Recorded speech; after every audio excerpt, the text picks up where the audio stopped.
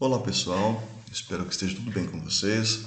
Vamos aqui iniciar nossa aula sobre germinação de sementes, dentro da disciplina Produção e Tecnologia de Sementes. Nós vamos falar sobre germinação de sementes. Falamos já a respeito de maturação nas aulas anteriores, colheita, e agora a gente vai falar sobre o reinício do crescimento do embrião, que é a partir do processo germinativo. O que é a germinação? Na verdade, a germinação é retomar a vida de uma nova planta, a partir do processo da germinação. Então, é uma sequência de várias reações bioquímicas, onde, a partir disso, a semente começa a dar vida para o embrião que está contida no interior dela. Diversos fatores influenciam a germinação, fatores internos e fatores externos à semente. A longevidade diz respeito à carga genética da própria semente, que vai dizer se ela aguenta muito tempo ou aguenta pouco tempo em condições desfavoráveis de germinação.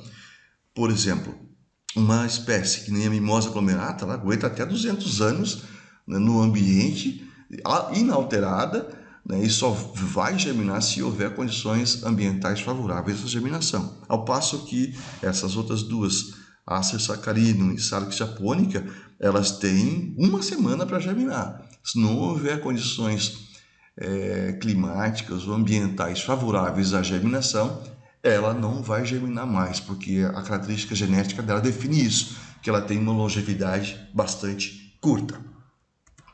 Outro ponto importante em fatores internos é de que maneira que essa semente foi produzida. Então ela tem a carga genética dela e agora tem uma interação dessa carga genética com o meio no qual essa semente foi gerada. Então eu tenho a condição de vigor da planta progenitora, quer dizer, se essa semente foi gerada numa planta que teve uma quantidade suficiente de nutrientes produzidos, uma planta sem ataque de pragas e doenças e plantas daninhas, com certeza a semente vai ser produzida com toda a carga de massa seca e nutrientes que ela necessita para ter uma boa germinação e também vigor. As condições meteorológicas de produção da semente. Se eu tenho condições de umidade do solo adequadas para o devido enchimento do grão, com certeza eu vou ter uma semente que tenha uma quantidade de matéria seca e nutrientes de excelente qualidade e com certeza vai ocasionar uma boa germinação e um bom vigor de semente. Ao passo que se eu tenho uma quantidade muito alta, por exemplo, de chuva durante o processo de colheita, com certeza vai ocorrer uma alteração da qualidade e do vigor da semente decorrente desse fator meteorológico. Você tem aí um aumento da umidade do grão, decorrente da questão do ambiente que está com umidade alta, e aí vai estimular muitas vezes até a germinação da semente na própria planta mãe. Isso vai acarretar perda da qualidade e do processo germinativo. Se essa semente for colhida por uma máquina que foi mal regulada, com certeza vai ter injúria mecânica. Se no ambiente onde essa semente for armazenada, as condições de umidade e temperatura também não forem ideais, vai ocorrer a diminuição da viabilidade da semente. E se no ambiente onde a semente foi colocada para comercialização, ou onde ela foi tratada na propriedade, mas com produtos ou condições impróprias, ou com produtos que possam causar algum tipo de dano à semente, algum tipo de lesão à semente, com certeza a germinação também será afetada. Dos fatores que afetam a germinação, fatores externos que afetam a germinação, destacamos a água, a temperatura e o oxigênio. No caso da água, existem espécies que necessitam de mais ou de menos umidade no grão para que ocorra a germinação. Eu tenho que ter uma boa disponibilidade de água para a ocorrência da germinação e também um aumento da área de contato da água com a semente para favorecer e também uma temperatura adequada da água para que eu tenha o início do processo das reações químicas que irão promover a germinação da semente. Um solo onde eu faço o plantio dessa semente, por exemplo, plantio no pó, com certeza as condições não serão ideais para a germinação. Nesse caso, muitos agricultores utilizam-se do tratamento de sementes para que a semente possa ficar ali no solo até que as condições de umidade sejam adequadas, ocorra uma chuva e essa semente venha a germinar. No caso de temperatura, existem plantas que têm um limite superior, uma condição ideal, e um limite inferior para a ocorrência da germinação. Acima desses limites ou abaixo desse limite inferior, por exemplo, não ocorre germinação. A temperatura afeta a velocidade de germinação e também as reações bioquímicas que ocorrerão no interior de cotilédones e também no endosperma para que eu consiga quebrar as moléculas do carboidrato, de lipídios ou proteínas e aí eu poder nutrir adequadamente a plântula que vai se originar dessa semente. E tem também espécies que precisam ter uma alternância de temperatura, tanto de temperatura diurna como de temperatura noturna. Se não ocorrer essa alternância de temperatura, essa semente também não germinará. E com relação ao oxigênio, diz respeito a um que tenha característica de ser o solo mais leve, um solo que permita a movimentação de oxigênio, que não seja um solo compactado. Se eu tiver uma compactação no solo, com certeza eu terei menos oxigênio e com certeza eu terei dificuldade maior de se iniciar o processo germinativo a partir das reações bioquímicas que daí procedem. Com relação à umidade de semente, como eu falei, existem espécies que estão aqui relacionadas que exigem teores diferenciados de umidade no interior da semente para que ocorra a germinação. Por exemplo, o algodão ele necessita de pelo menos 50 a 55% de umidade para iniciar o processo germinativo. Ao passo que milho, por exemplo, necessita de menos umidade, 30% de umidade para que se inicie as reações bioquímicas para a germinação. Então existem diferentes necessidades de umidade para as diferentes espécies vegetais. Ao passo que, com relação às temperaturas, por exemplo, temperaturas cardinais, também as espécies têm comportamento diferente. E as variações de temperatura, por exemplo, temperatura mínima, ótima e máxima para a germinação. Vamos analisar aqui duas espécies, arroz e vamos analisar o trigo. Para que a semente de arroz germine, no mínimo ele precisa de ter 10 graus de temperatura. Ótima temperatura para germinação de 30 a 37 graus.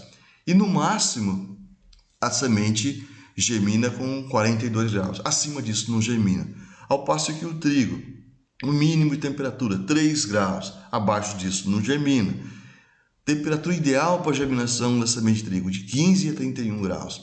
No máximo, germina com 43 graus. Acima disso, não germina. Então, existem temperaturas cardinais, ou seja, limites de temperatura para que ocorra um ótimo de germinação. Aqui um resumo do processo germinativo. Então, as substâncias de reserva estão armazenadas nos cotilédonos ou no endosperma, a partir da absorção de oxigênio, absorção de água, temperatura ideal, e alguns autores ainda colocam a presença de luz ou a ausência de luz, você tem início ao processo de germinação, onde os elementos, as substâncias contidas nos cotilédonos e endospermas são quebrados e deslocados para o embrião se desenvolve e com o desenvolvimento embrionário você tem a saída das folhas da superfície do solo para a parte externa e também o desenvolvimento do sistema radicular. Com isso, você tem finalizado a parte inicial da função da semente, que é armazenar nutrientes, deslocar para o embrião, para que a planta possa ter vida própria, a partir do momento onde ela absorve nutrientes do solo e ela começa a fazer fotossíntese. O consumo da substância de reserva presente nos cotilédonos e no endosperma se dá a partir da absorção de água pela semente, temperatura ideal para a germinação e também presença de oxigênio. Quais são as principais substâncias que estão nos órgãos de reserva? Carboidratos, da forma de amido, lipídios, da forma de triglicerídeos e proteínas. A partir do momento em que a semente está numa condição ideal de umidade, temperatura e oxigênio, são ativadas enzimas que estão no interior da semente para poder dissolver os carboidratos, lipídios e proteínas. Quais são as principais enzimas solubilizadoras? A alfa-amilase e a beta-amilase, que solubilizam o amido até chegar à forma de glucose, que é uma substância mais solúvel, que vai estar se deslocando livremente no embrião.